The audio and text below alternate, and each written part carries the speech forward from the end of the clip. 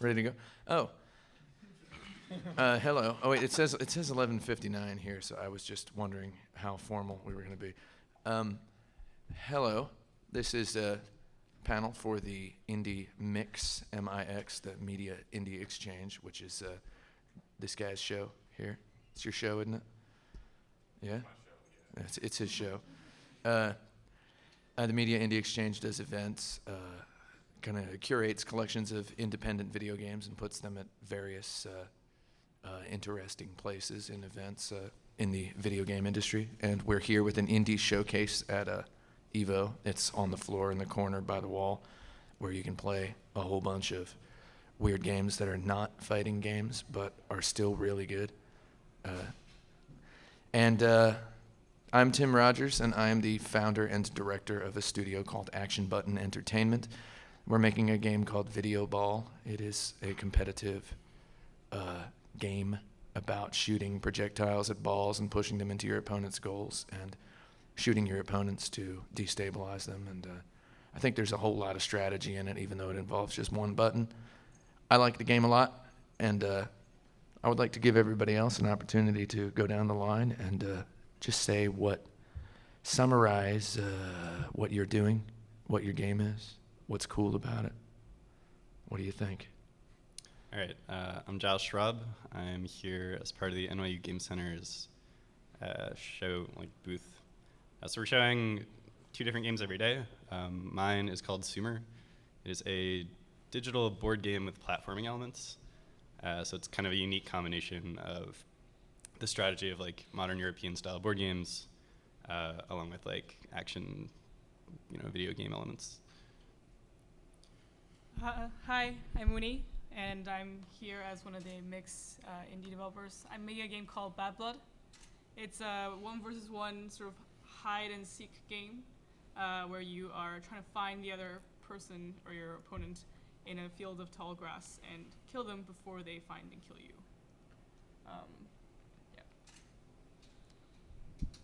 Hi, my name is Yusuf Mapara. I'm the president and creative director of Switchblade Monkeys. Our game is called Secret Ponchos.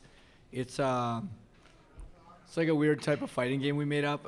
It's isometric camera, and you can play 1-on-1, but it scales up all the way to 3v3, and it's all done in a spaghetti western theme. So you're running around taking cover, shooting each other, and protecting your teammates. Hi, I'm Landon Podbilski. I'm here with Indie Mix. I made a game called Duck Game. It's a 4-player multiplayer battle arena game with one-shot kills, and it's really fast and silly.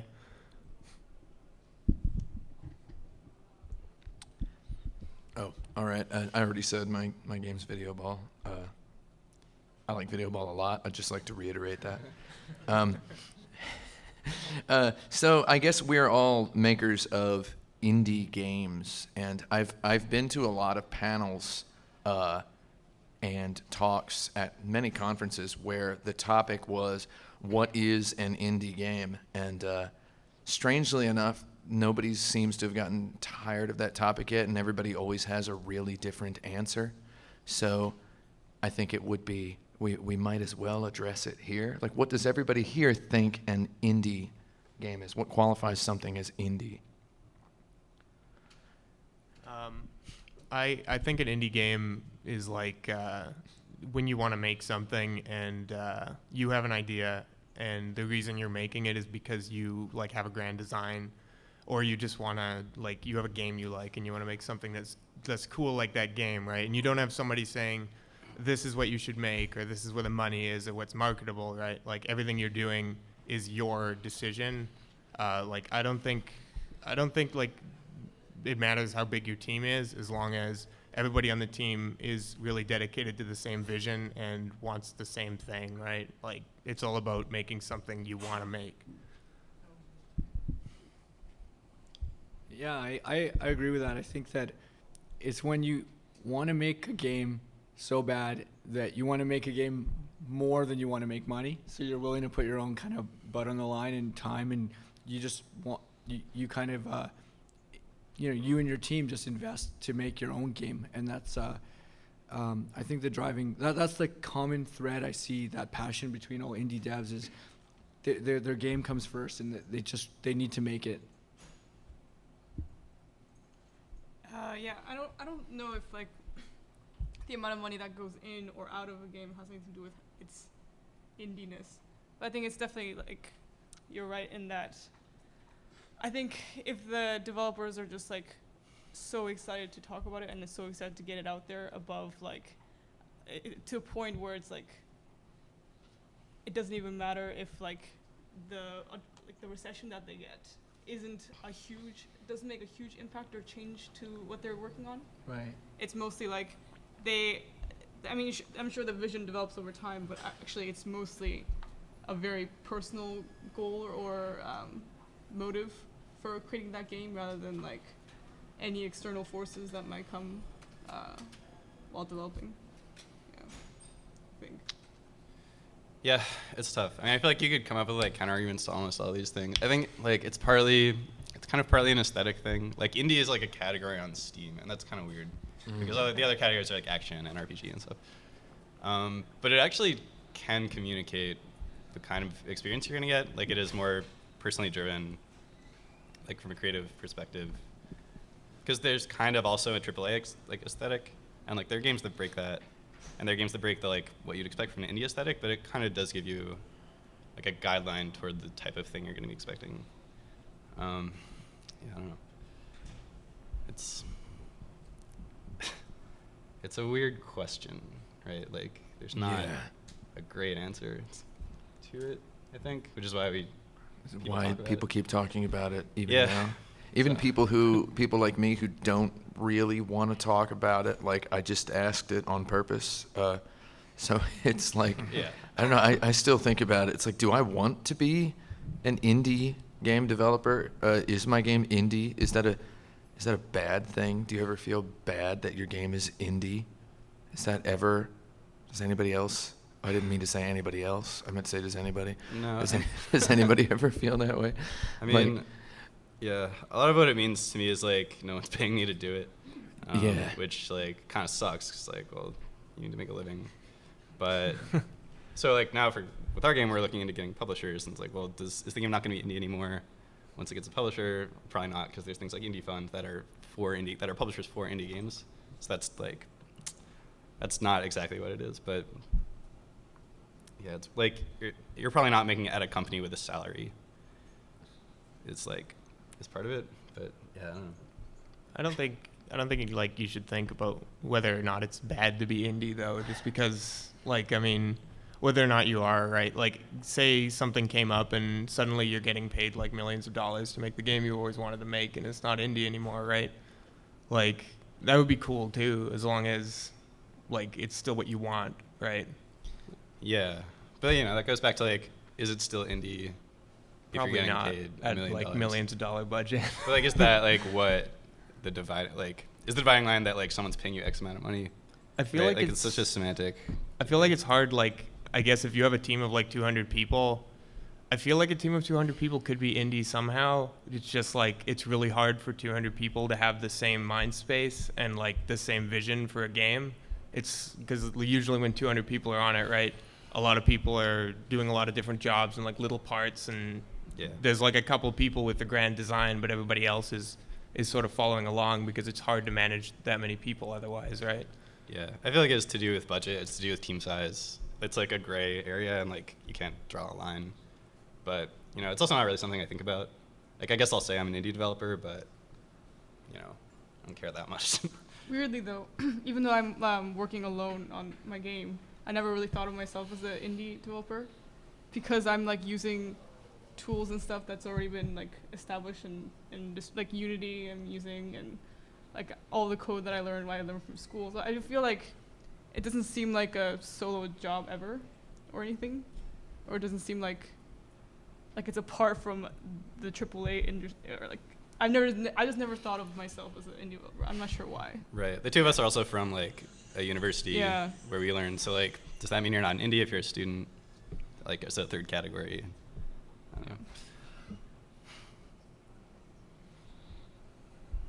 know. Anybody else? Yeah, no. We can talk about something else. You want to talk about something else? It's a kind of Is boring this- it's a- subject, yeah. I think, yeah. It is. I don't know. I've heard. So, like I said, I've sat through a lot of panels and conferences and talks where people talk about this. They talk about let's stop using the word indie or whatever, and I always hear like almost something super interesting, but then unfortunately, I just thought, why not give it? We're in Vegas, why not roll the dice? So, I guess what I wanted to talk about more today, what I thought would make for a more super exciting panel is all of our games, they are all competitive games, right? So, Yep. all right, just making sure. I had that impression. So we're all making games that are competitive games, and I love competitive games.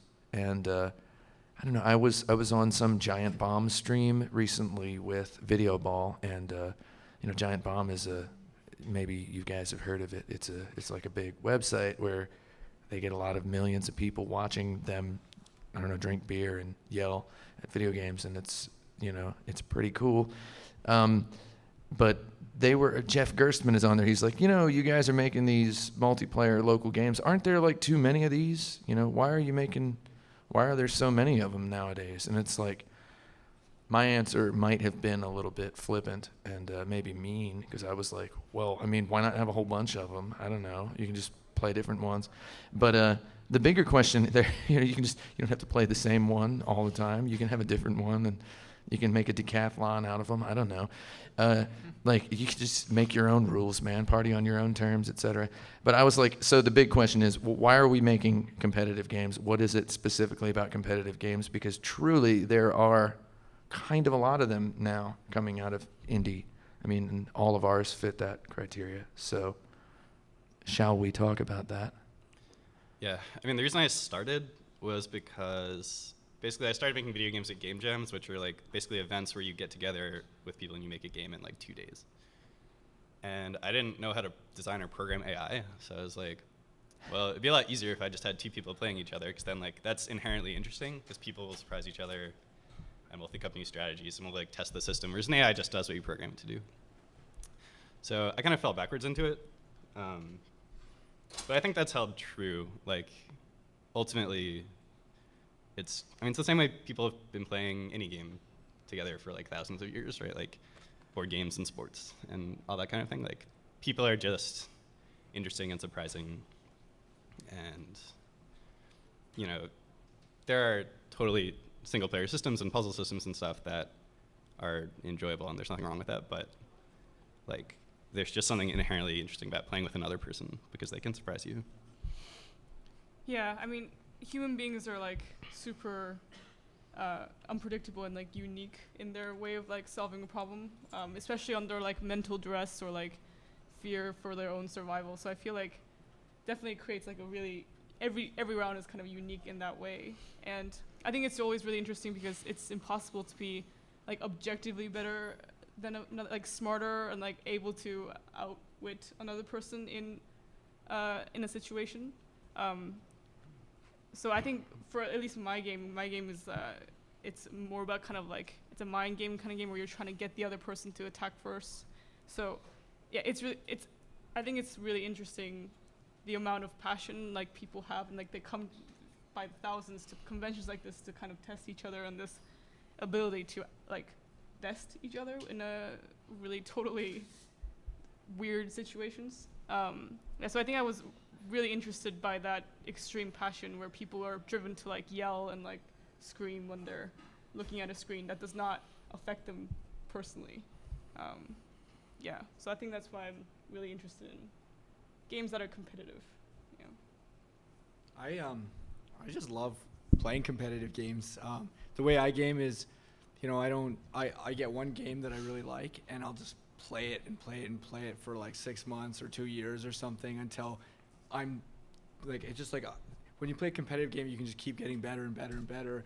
And especially now with online, it's just so cool to see yourself go up the rankings. And when we started the project Secret Ponchos, it was really our sound director and I, before we were working together, we were just friends. We would hang out and play Soul Calibur 4 every weekend. And we were good, but we weren't. Anyone in the top 100 would just destroy us, and we got matched against the number 4 guy in the world, and we beat him, and we both were jumping on my couch, and we couldn't believe it. And then I realized like that experience, that emotional experience, it's really deep, and it's like a sincere one. And I want to make games that capture that, where people are that into it. And I don't remember jumping up and down when like single player games are great and stuff, but for me that it's about creating that human experience. So that's what drives me, and that's our measuring stick for if our game is successful. We want our game, we don't care if it sells well. We just want people to like be like having fun when they're playing it and high-fiving each other when they win and stuff like that. So That's awesome. I think the reason why I made a competitive game is because, like, I pretty much wanted to do this since I was a kid, because me and my brother would, like, play Toe Jam and Arrow all day and just, like, do nothing else, right? And we would look on the internet for, like, freeware games, just, like, random indie multiplayer things, like try playing Turmoil and, like, weird DOS games. And it's, like, I don't really know a better way to interact with people. Like, I really like playing games with people, and it's, you get people together in a room, right? And everybody doesn't know what to do a lot of the time. They're trying to like figure out, well, we have to like entertain ourselves for a couple of hours, right? And like, if you have something fun to play, then it deals with itself. Everyone interacts, everyone, like, you can make conversation with people, lots of stuff happens, and it's good fun, right? And like, I think that's why I like competitive games, why it's important, is because it's like the only way that I know to like hang out with people, right?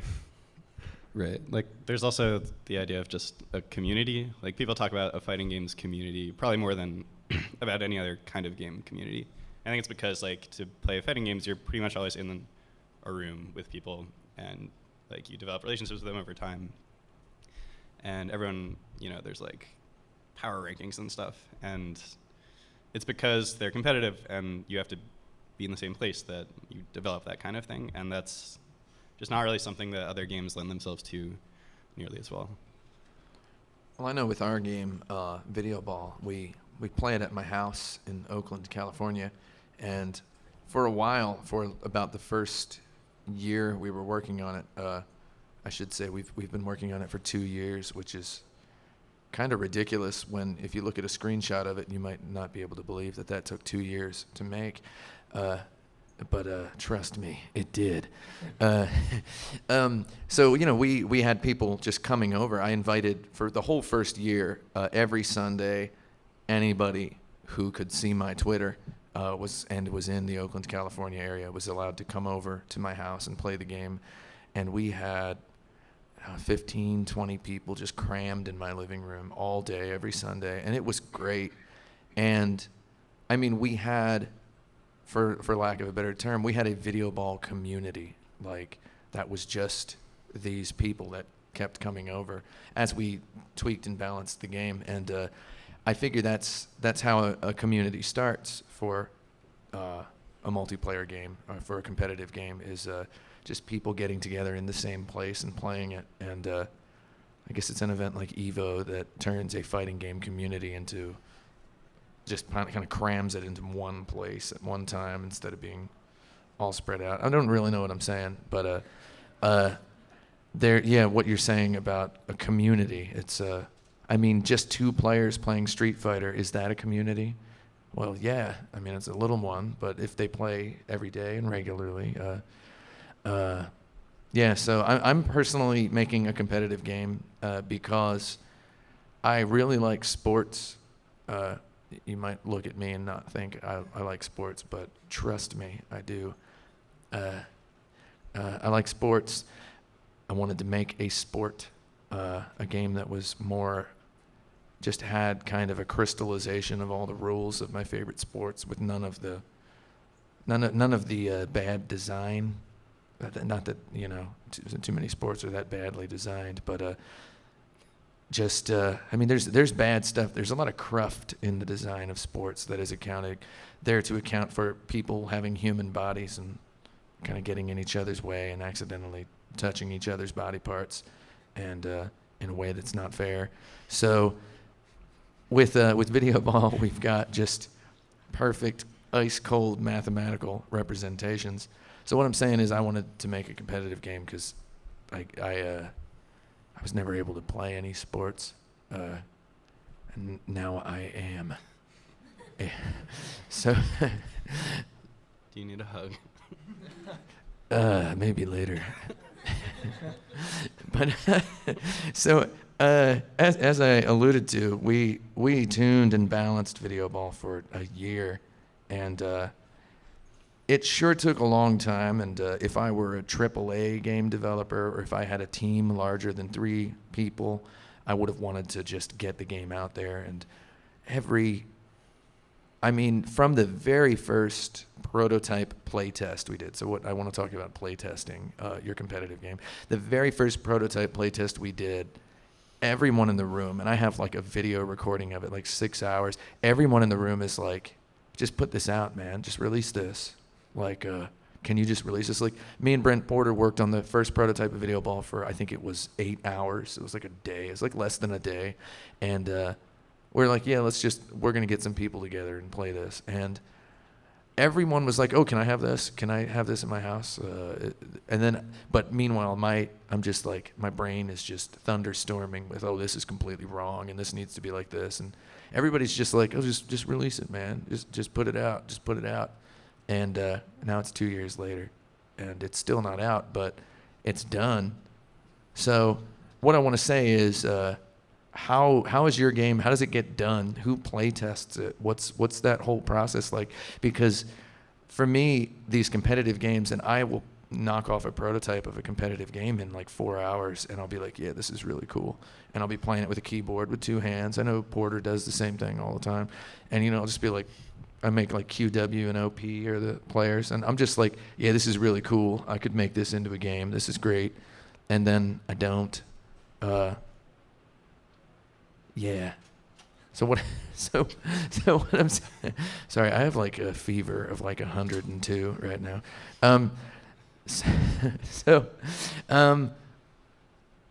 Yeah, balancing your game, polishing your game. Like when you make it, how do you know it's good? My inkling is that it's good like right away.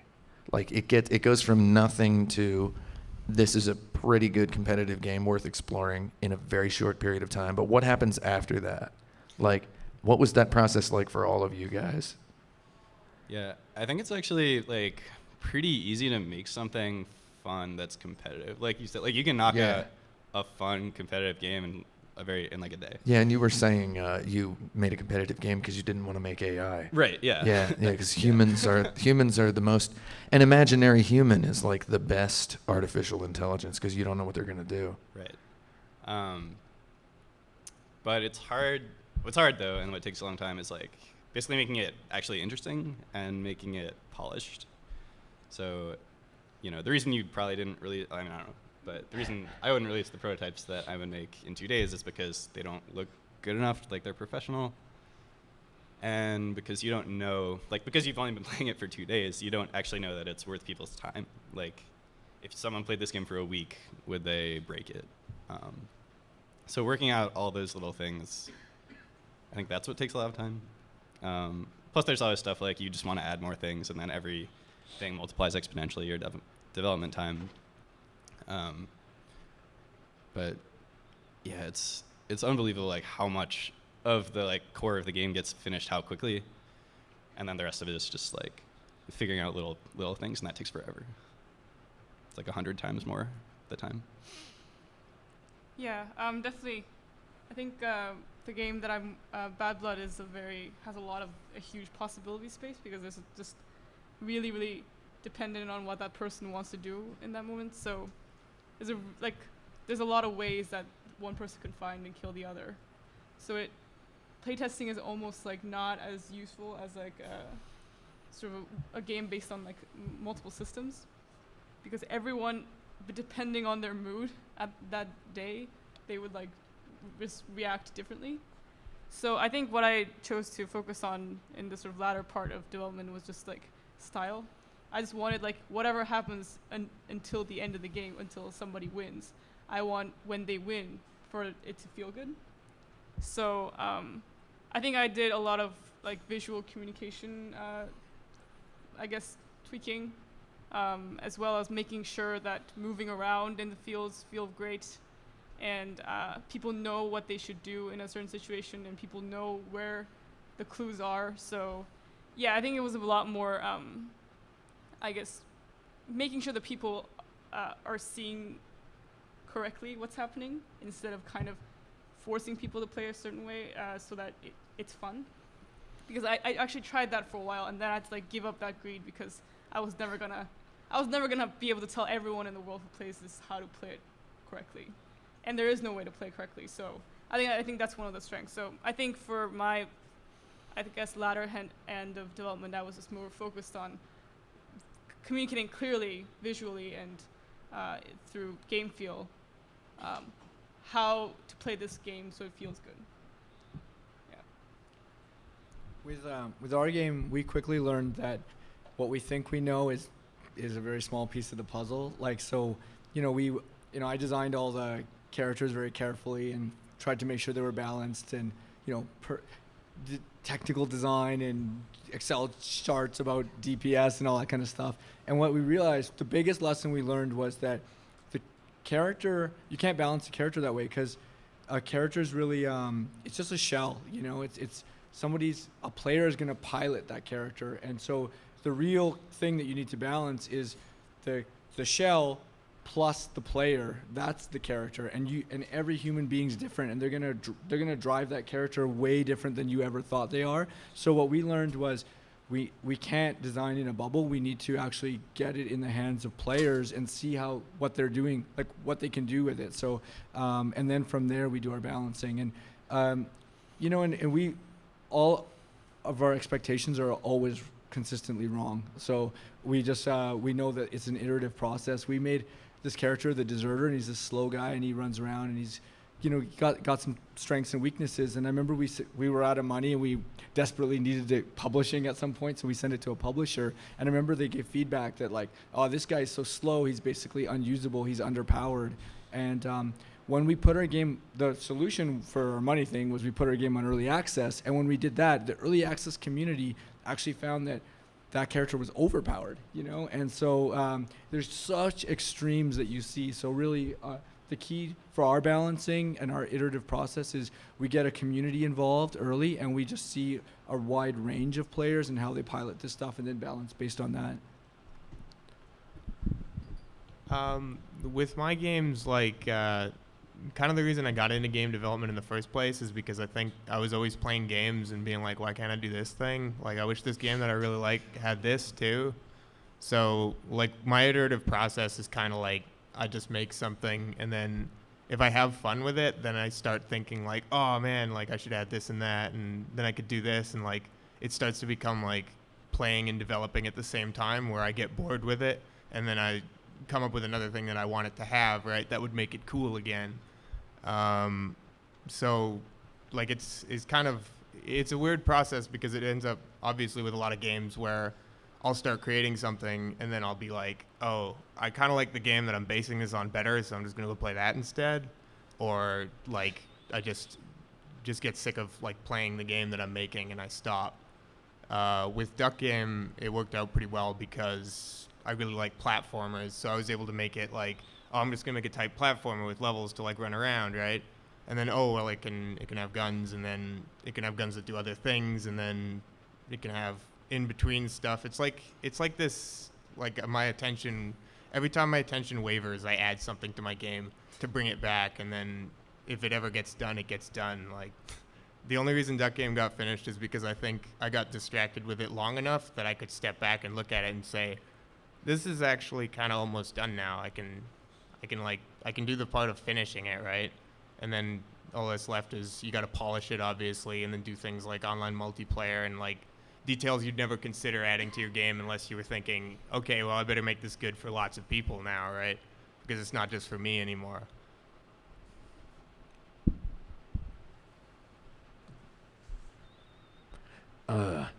So I guess more about playtesting and talking, like having people play your game and getting it into a community. And people say stuff and they give you ideas, right? I mean, that's kind of part of what it is.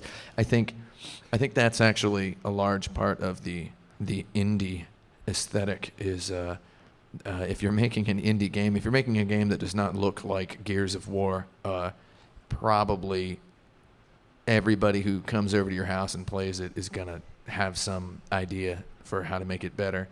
And I guess I'm kind of a jerk when it comes to my own ideas, because I mean, I have like a long list of things that might be possible, things that might make the game better. And whenever someone for the first year of the development brought one of those up, I was like, yeah, that's on my list, man. Don't worry about it. I'm gonna look into that. And it just like made me kind of mad whenever somebody suggested this thing that was on my like secret list. And I mean, I used to work in AAA games. I know that eventually you're going to get to a point where the game comes out and you're doing that thing that person suggested to you at your barbecue, and the person's going to tell their friend, they're like, oh, you see that thing in there? That was my idea. And it's like, so people giving you ideas, what was the best idea that someone who's not you had for your game, that someone outside of the game had? And this is a two-part question. What was the worst idea that somebody had that just made you like want to cry? I've got maybe like 50 of those, and but we ended up doing like 10 of them, and they made the game better. So I guess what I'm saying is I don't really trust myself all the time, which I guess is good. But yeah, what was some good stuff people had, and what was some dumb stuff people had, and what did you do about that stuff? I guess our game is like what makes it really different is, imagine you took a team shooter and you moved the camera over top, and it like you can see exactly the ranges between your characters and all that kind of stuff, and it opened up, it made it totally unique, but it also made it interesting and different, and opened up opportunities for new mechanics. So sometimes when people saw the game, they'd be like, your characters look really cool, why? I'd really like the camera to be down behind your character. And then it was just like, when we get that feedback a lot, because they're so used to third-person shooters and stuff, we got really afraid that, like, man, are people not going to like this? Is this just a step backwards from what the evolution has taken the games to? And so it wasn't like, I mean, looking back now, I think it's horrible. It maybe was a bad idea, but at the time it was terrifying, because it might have been feedback that we're like totally on the wrong track or something. I like advice, though. I like getting advice from my friends and stuff where they get what you're doing and they find ways to make it better. It's sometimes difficult when they want you to change what you're doing into what you're not doing, because that's, let's see. And then you have to just be polite and be like, oh, we can't do that. That would take that's a new game, And so the best idea we got was, one of the best mechanics in our game actually just came from one of my friends, and that was, when you take cover in our game and you crouch behind a log, we just made it so if anyone else on the other side of the log can't see you, you disappear. And that ended up becoming one of our best mechanics, and that was just from outside feedback. With Duck Game, I think like most of the worst ideas were like, they were never bad ideas. They were mostly like just stuff that exactly what you said, right? Where it's like, oh, well, this game does this, and I'm like more used to that, so like my game should do that too, right? But like there's a lot of things that seem harmless at first, right? Like things like, oh, well, guns should have an ammo count, so I know how much ammo I have, or they should you should be able to turn the rock throw option off, right? Because like between matches, the ducks throw a rock, and it's just an animation, and you have to wait for it. So people are like, well, you should be able to disable that. You should be able to disable, like, there's a level where you just play instruments and there's like fire at the top, but you don't have to get it. Everyone can just jam out, right? And people always say like maybe you should remove stuff like that, but like I like how the rock throw forces people to like sit down and wait and like watch between matches, right? And sort of step back. And I like how the band room sort of like brings out a dynamic in people, especially online, where you'll notice people are like playing with each other, and they should be bored. They should be like, where's all the guns? but sometimes they like it. And it's mostly just stuff like that. And the ammo count, like, I don't want to do that because I really like counting the ammo in the guns, and most of them have enough ammo, so it's kind of cool, right, where two ducks run up to each other, and then they both press fire, and smoke comes out of the end of the gun, and then they huck their guns and go run and get another one, right? If you had an ammo count, that would never happen. They'd know they were out of ammo before that came up. I think the best idea someone ever had, actually, which was huge because, like, I think it sort of influenced the direction of the game in general and, like, what I wanted it to be, was when I first had a prototype of the game together, we were playing it, and one of my friends was like, you know, they're ducks, why can't they quack? I was like, holy shit, dude. That's brilliant. Like, why can't they? That it makes complete sense, right? And, like, at that point, after I added the quack, everything became, like, everything I added, I would think of everything you should be able to do with it, right? And, like, when you pick something up, like, that's why I added stuff like instruments and wacky things, and, like, the shotgun, after you fire it, you have to, like, pop the shell out, right? Is because little actions like that, especially ones that don't make any difference, are just, like, really fun, and they give the universe a lot more of a sort of, I can do whatever I want, I can screw around if I want, I don't have to win, right? And yeah, that was the best idea ever, because it, like, just totally changed where the game was going, and, like, if that hadn't happened early, I don't know what the game would have been instead.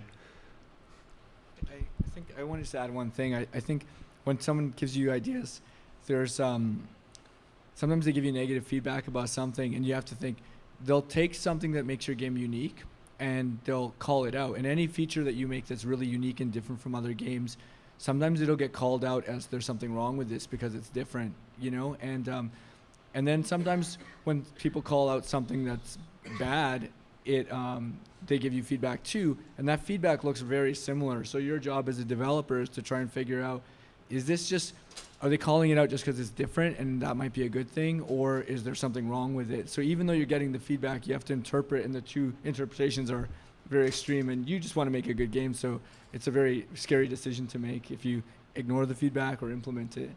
Right. I think the way you have to filter that feedback is, like, through your vision and, like, having a clear vision of what you want your game to be.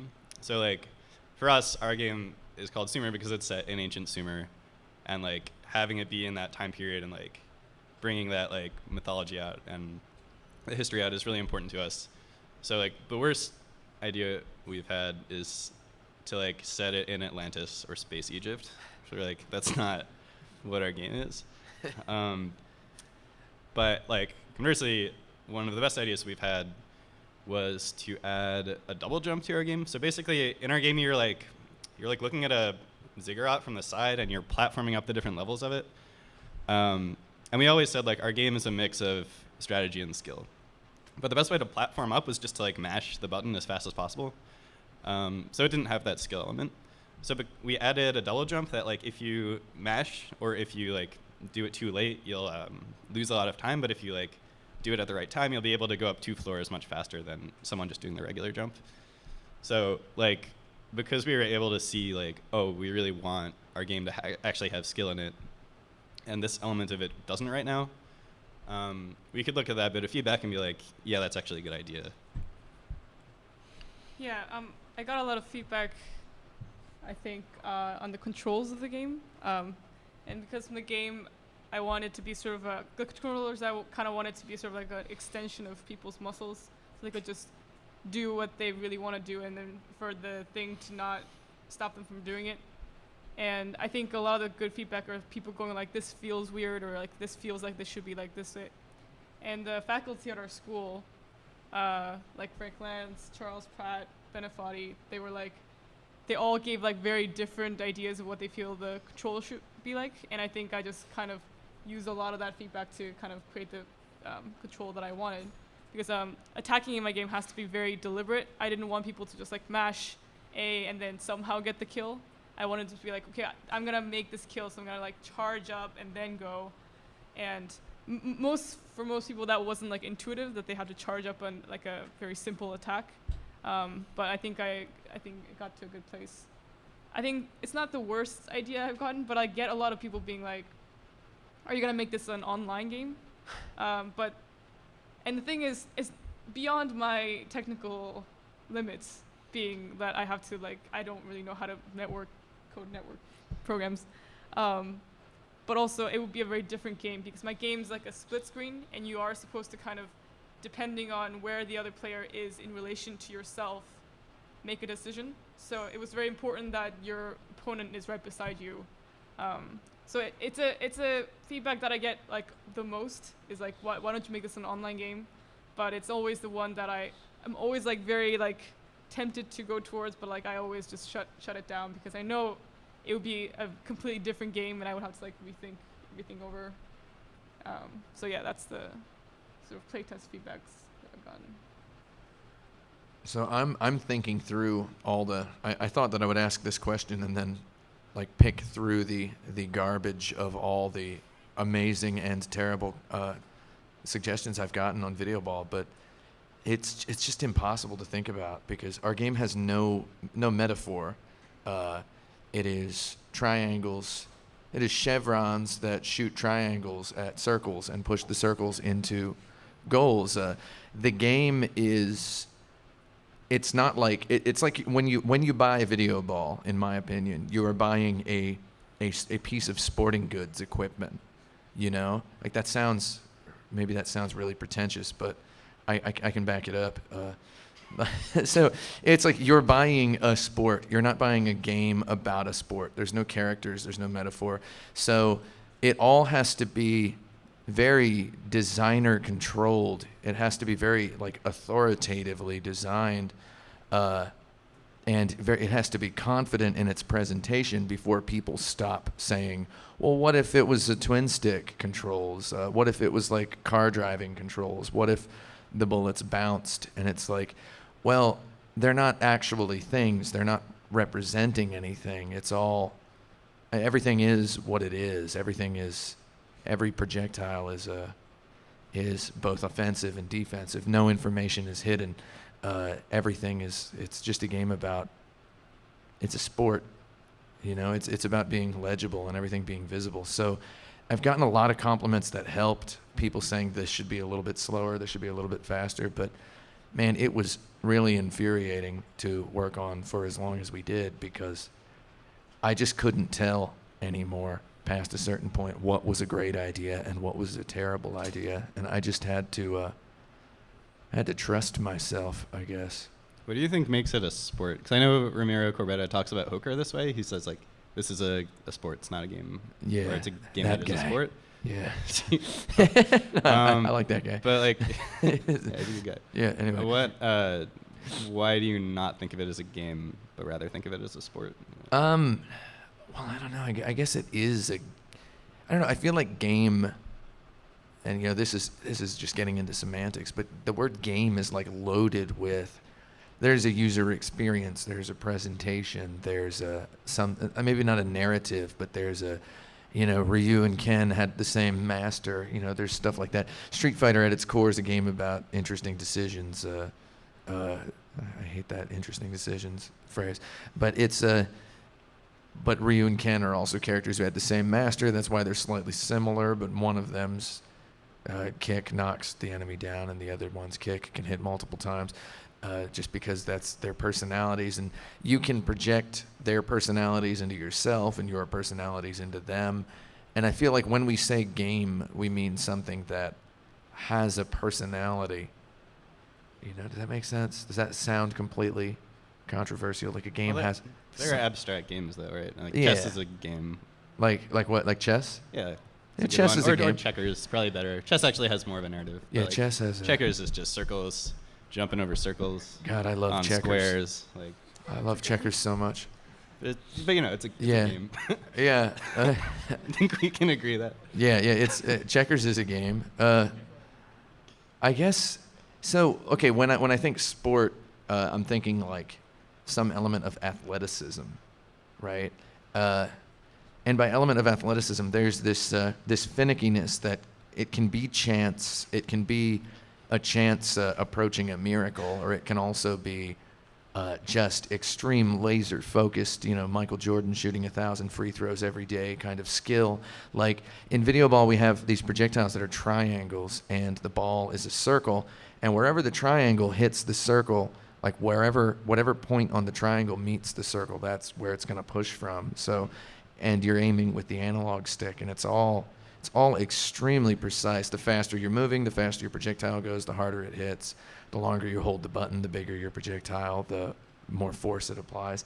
Like, I feel like that element of athleticism, it's like, can you grip a basketball with one hand, Like in video ball, it's can you hit the ball with the tip, like the perfect, just the exact tip of the triangle while moving really fast at exactly the angle you want it to go, or are you going to hit it with the side? So it's little decisions with like a physicality to them, and I understand that the game is it's a simulation of physics, and the physics aren't connected to any sort of a metaphor or a real anything. But yeah, that's a whole nother like 6-hour conversation probably. If anybody wants to hear that later, I'm in room 1113. That's I didn't mean to say my real room number, but yeah, we're all up there. Me and my buddies are up there. It's not that weird.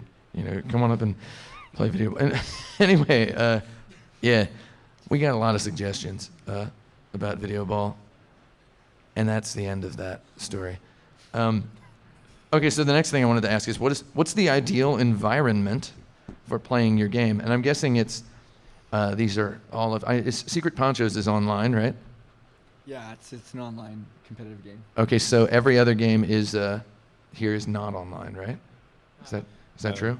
Mine's online as well, but Whoa, I like didn't know it that. local better. You like local better? Yeah. Okay, so who all likes local better? Here, you do? Yeah.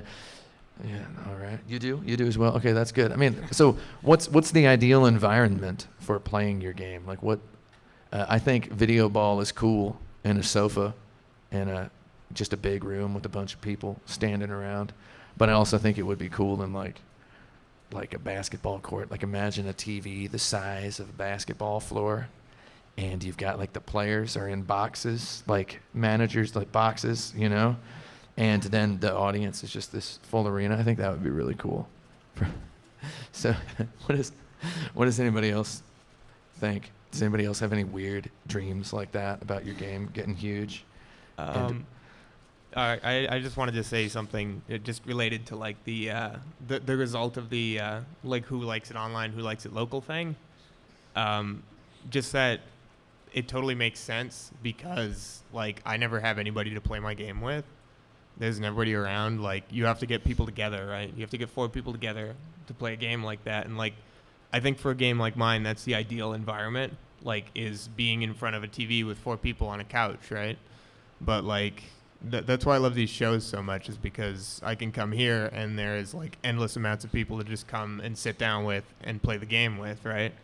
But, like, real life's not usually like that, right? You don't have 4 people to sit down with. You have to either sort that out somehow, which is sometimes just not possible, or there's like, because like I play my game online a lot as well because I don't have people to play with, and like that makes a lot of sense. And I think that's why it is nice for like if your ideal environment is local multiplayer, like it's really nice to have an option for people to play with each other as well. Because like even like not having people to get local doesn't mean you don't have any friends. But in this day and age, it can mean that all of your friends are on the internet, right? And you can't sit down in the same room with them. So, like, I think online helps your game have an ideal, like a virtual ideal environment as a local multiplayer game, right?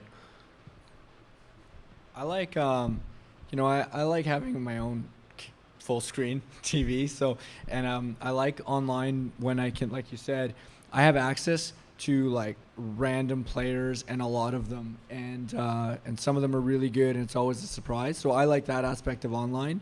But when it comes to like an event like EVO, you have that, and you're face to face, and I really like that face to face. Like I like the human energy when your teammate's next to you, and you're the like I even like the seeing like a player walk over to another player and shake their hand and go good game after, that stuff's really cool. So I mean, I think like for competitive games, events like this are the optimal experience. And then and then both online has some advantages, and playing with your friends on the couch is other.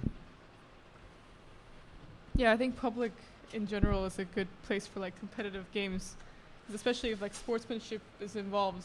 Having an audience to witness your like amazing abilities and also your sportsmanship is like the whole point. And I think a lot of competitive games is a good spectator sport, because I think that kind of like backseat gaming is a little more passionate, because if you also play this game, then you're like, oh, I would not have done it that way in that moment, and you could have that kind of fantasy as you watch. And I think it's fun for both spectators and players to have it in a public space.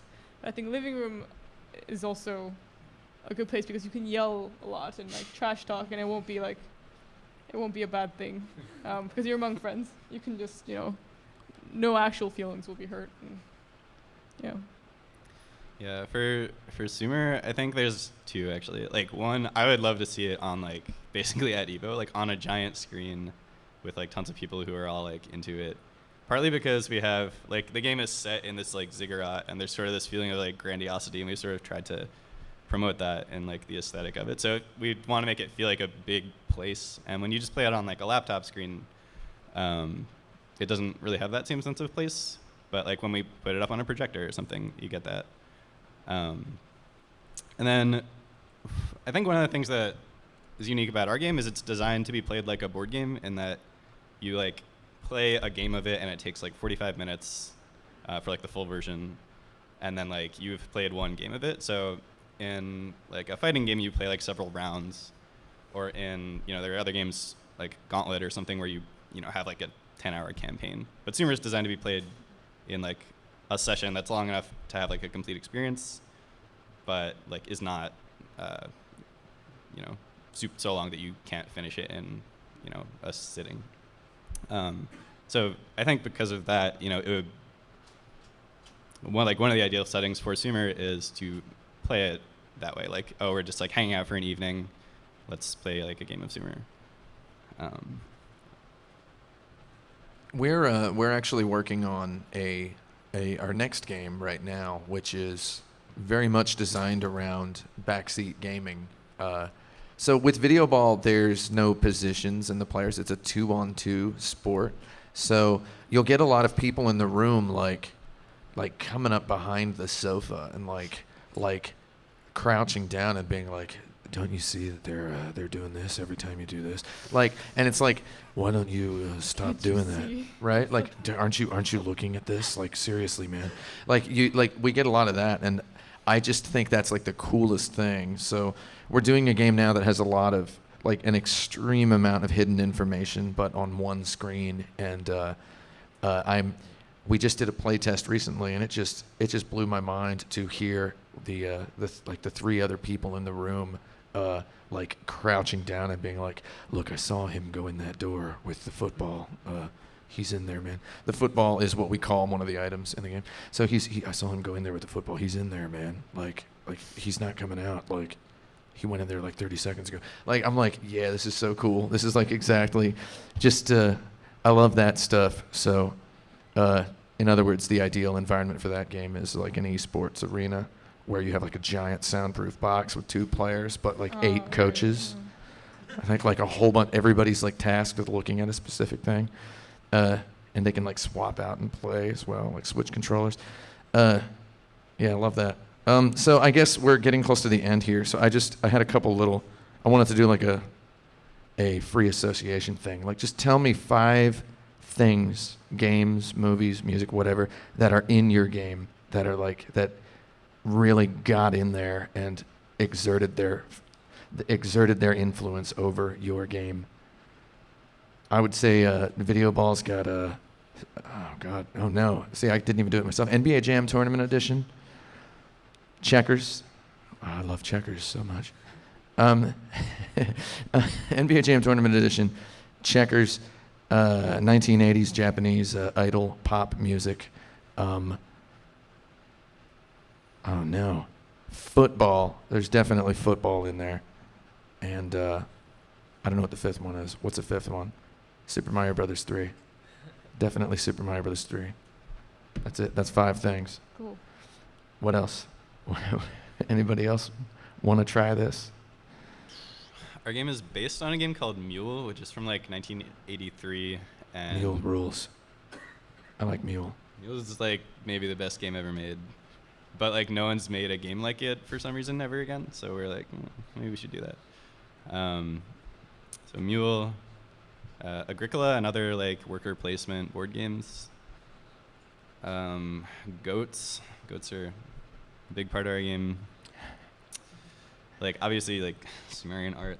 That's not an interesting enough thing to be part of this, but Yeah. what's the last?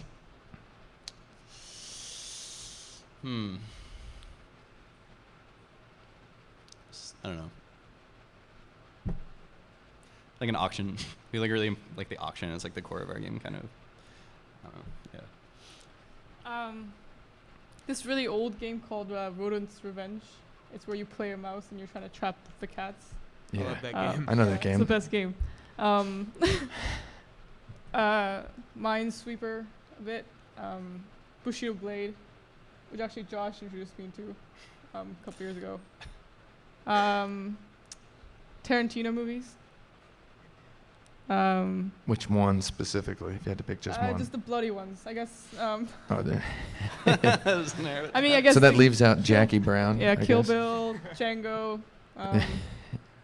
Inglourious Bastards and stuff. I guess, and also the aesthetic of like cartoons like Samurai Jack. Also like Guacamelee, I think really inspired my sort of cut paper aesthetic. Street Fighter, Soul Calibur. We learned a lot about competitive back and forth fighting. League of Legends. We learned a lot about different classes and abilities, and we studied, like we just watch a lot of boxing to just understand space, like real physical boxing, and then the Sergio Leone films for spaghetti western style. For me, like, I think mostly like Sega Genesis games. So like Earthworm Jim's my favorite game ever.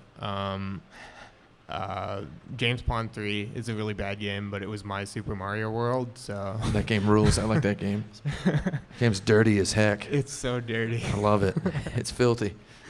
Also, the third one, like I guess I would say Sonic. Sonic's really badly designed, but just like I love it so much. It's like in my heart forever. Like all the Sonic games, not all the 2D ones in the Genesis. I don't know much after that. Those 3, and then I guess besides that, Yuzo, composer for like Streets of Rage and stuff like that. Oh, that guy rules. He's the best. And Tim Fallon, who's another composer for like old games and had a lot of unreleased soundtracks that were super great. And like I think just musically and game-wise, like those are the things that inspire me the most. Nice. And I guess that's just about at the end. I was going to ask, I wanted us to collectively come up with a, since this is EVO is the spirit of competition, I wanted to come up with a list of the top 5 best indie competitive games that are out right now that we could all agree on. But maybe that would take too long. Too long. Like, but if we did it real fast, what would that be like? Samurai Gun. Samurai Gun? Samurai Gun. Towerfall, Towerfall? Wait, which one's better, Samurai Gun or Towerfall? Nidhogg. Nidhogg. Nidhogg's better than both of Nidhogg- them. Fuck Is it. Nidhogg Nidhogg. better? Okay. Nidhogg's the think- best. So I that- think Towerfall is better than Nidhogg and Samurai Gun. Uh-oh. But I really like Nidhogg a lot. I just think Nidhogg and Samurai Gun they're really basic in comparison. Like they're really tight and really solid, but I found that I couldn't play them for long periods of time before I sort of like got bored. So you're saying Towerfall? Yeah. I actually would say Towerfall too, but I also like. Okay, well, what about? I want to put Barabari Ball and Hokra in there as well, if that's okay with anybody. No, definitely. Bari Ball rules. Barabari Ball is so good. I think all of Sports Friends games are. Yeah, they're all good, but I just like accidentally picked 2. I excluded my brother Bennett Fadi from there. Like, I'm sorry, Fadi, if you're hearing this later. accidentally You'll left hear him out. this. I just like accidentally left him out, but there it is. That's 5. Is that 5 games? So wait, what's number 1? We had an argument, Nidhogg. So we have 2 votes for So- Nidhogg. Yeah, I feel that Towerfall's core interaction is not like doesn't feel right.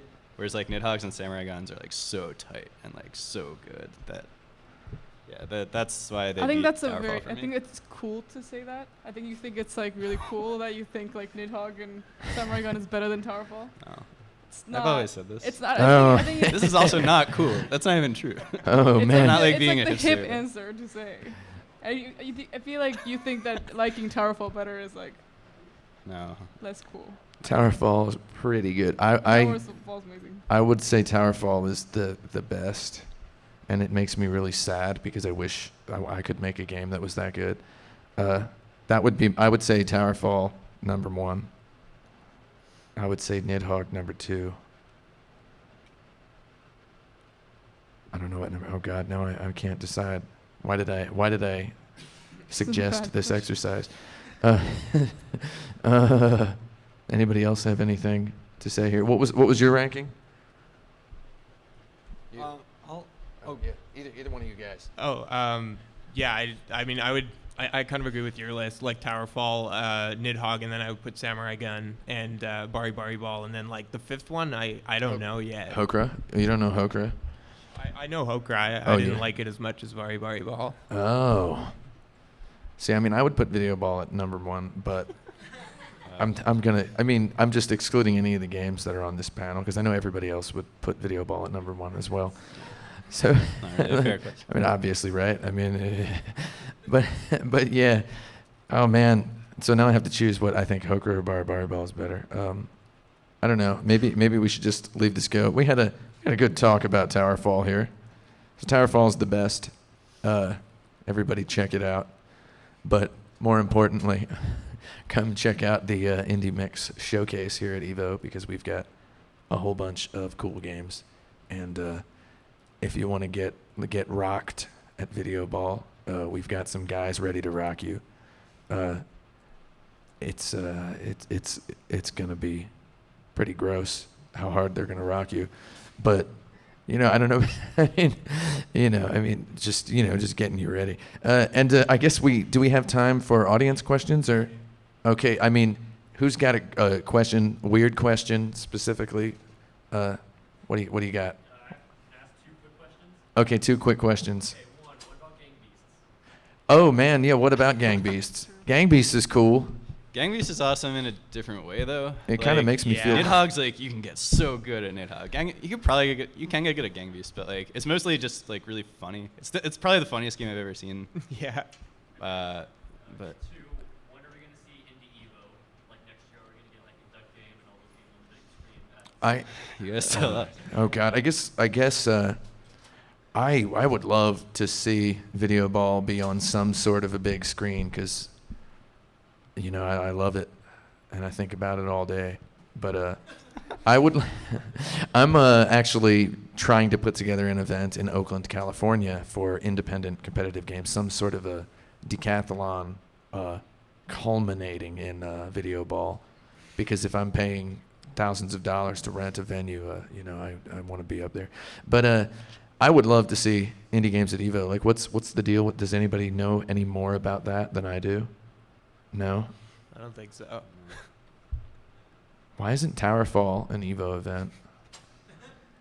Doesn't it- I did just want to say, like, on that note of like the things being at EVO, that's kind of like what I want more than anything in the world is for somebody to come up and like play me a duck game and just kick my ass so hard, like just completely screw me over. Oh, where I'm yeah. like, I don't even know what I'm doing with these, like just 0 to 10 kind of thing. So when I take Video Ball to these events, we get destroyed, or we destroy everyone. But at my house in Oakland, when we were doing the playtesting every week, there was this guy, this goddarn guy. He's probably hearing this somewhere. He's probably like hiding up there. But he's probably in the walls or the ceiling somewhere. He was just so good. God darn that guy. And he could beat me. And yeah, we balanced the game a lot with his feedback, if you know what I mean. Uh, but yeah, and then we took the game to Kyoto to Bit Summit last week, and man, there were some kids, these Smash Bros kids.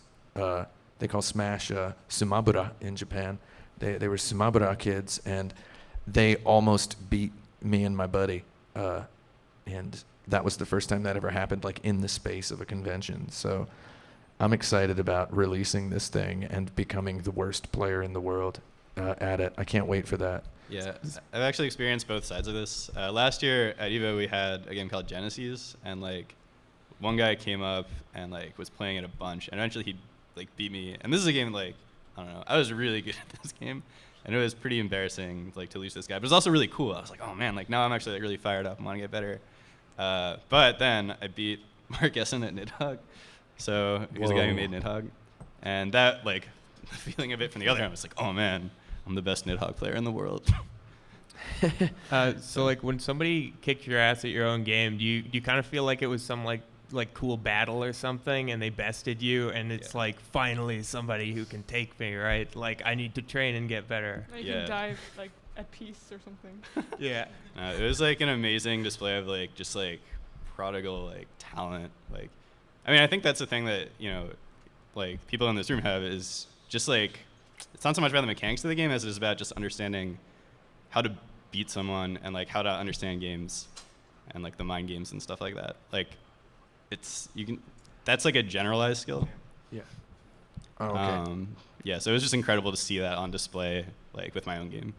Yeah, it's actually like a huge fear when you're working on a game like this that you're going to be the only person who ever gets it, that you're going to be the only person who is good at it, that your rules are too baroque and labyrinthine and bizarre and weird, and that nobody's ever going to get good at the game except you, and you're just going to be wearing your sunglasses for the rest of your life. And it's really great to see people get good at it. And so when are we going to see Indie Evo? Well, when these games are out there in the world and enough people are organizing their, get-togethers to play the game to a point where they're holding their own tournaments and it just becomes unignorable. And it's like, you can't create that. And it's like, we tried in Video Ball. We have an in-game notification system and stat tracking to make it like you're watching a broadcast of the game that you're playing. So it's like, we're trying to help encourage people to want to organize events and have little mini careers going in their communities. But yeah, it's just you don't manufacture an esport. It's got to be good and people have to like it. And God, I hope that happens to something I'm involved with someday. Let's go to another question. You had a question? Yeah. What do you got?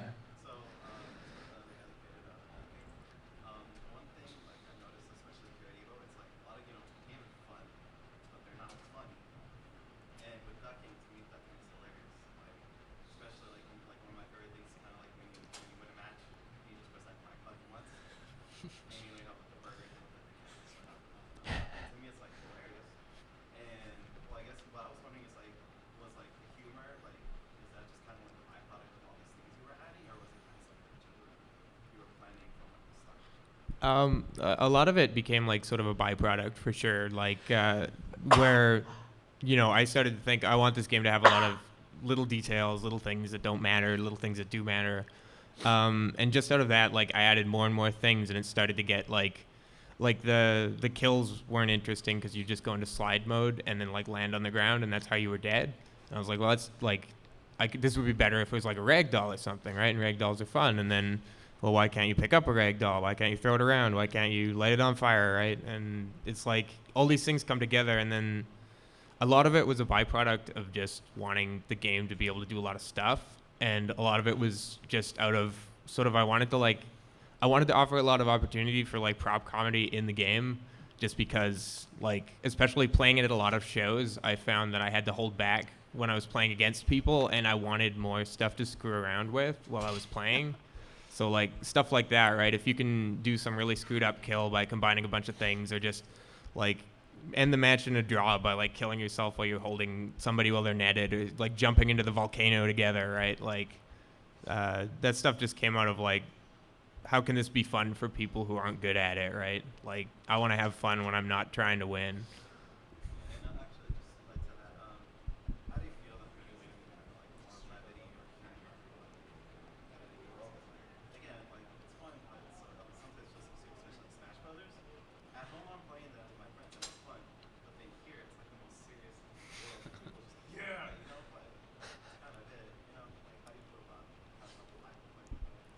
Like I can understand it.